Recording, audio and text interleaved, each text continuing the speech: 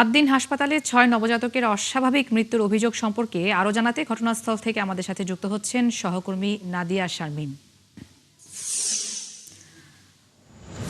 নাদিয়া, খুবই মর্মান্তিক একটি ঘটনা, তো এই ঘটনাটি কি করে ঘটলো কিছু কি জানতে পেরেছেন?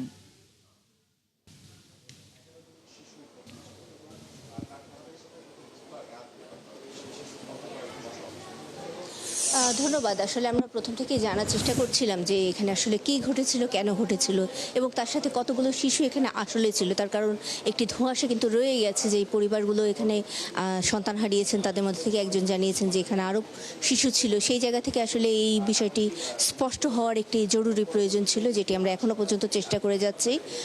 সেই তালিকার জায়গাটি যেটি দেয়া দরকার, সেই হসপিটাল কর্তৃপক্ষের পক্ষ থেকে কিন্তু তালিকাটি এখনও দেওয়া হয়নি স্পষ্টভাবে যে এই হাসপাতালে কতজন ছিল।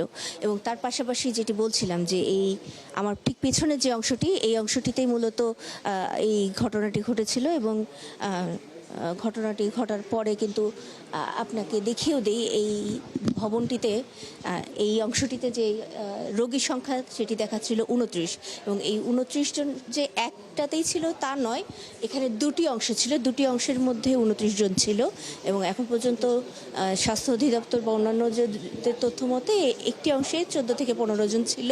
এর মধ্যে কতজন মা ছিলেন, কতজন সন্তান ছিলেন, এই বিষয়গুলো কিন্তু যাচাই করার বিষয় রয়েছে। এবং এই সুনির্দিষ্ট তথ্যের সাথে আরও একটি বিষয় বলে রাখি, এই হাসপাতালে কিন্তু বিভিন্ন অংশে সিসি ক্যাম রয়েছে এবং এই সিসি ক্যামের ফুটেজগুলোও কিন্তু যাচাই করার বিষয় রয়েছে, যেটি আমরা এখনও জানি না তদন্ত সংস্থা যারা রয়েছেন তারা তো এই জিনিসগুলো তদন্ত করে দেখেছেন কিনা। তবে সিসি ক্যামের ফুটেজ একটি গুরুত্বপূর্ণ বিষয় হয়ে দাঁড়াতে পারে, যেহেতু হাসপাতাল বলছে যে তারা এখান থেকে বাচ্চাদেরকে বের করিয়ে এনআইসিইউতে নিয়ে যাওয়ার চেষ্টা করেছিলেন এবং বাঁচানোর চেষ্টা করেছিলেন। সেই বিষয়টি কিন্তু এখানে যিনি বিএনপির স্বাস্থ্য বিষয়ক সম্পাদক এসেছিলেন তিনিও জানিয়েছেন যে এই সিসি ক্যামেরার ফুটেজগুলো যাচাই করে দেখা হোক। তার পাশাপাশি এই ধরনের এসি আসলে এই হাসপাতালের জন্য প্রযোজ্য না বলে এসি সম্পর্কে যারা কাজ করেন, এসির বিশ্লেষক, তারা জানিয়েছেন এবং সেই এসি বিশ্লেষকরা আমাদেরকে জানিয়েছেন যে এই ভবন নির্মাণ বিধিমালা ভঙ্গ করে কিন্তু এই এসি এখানে স্থাপন করা হয়েছে। সরাসরি যুক্ত ছিলেন সহকর্মী নাদিয়া শারমিন। নাদিয়া, ধন্যবাদ আপনাকে।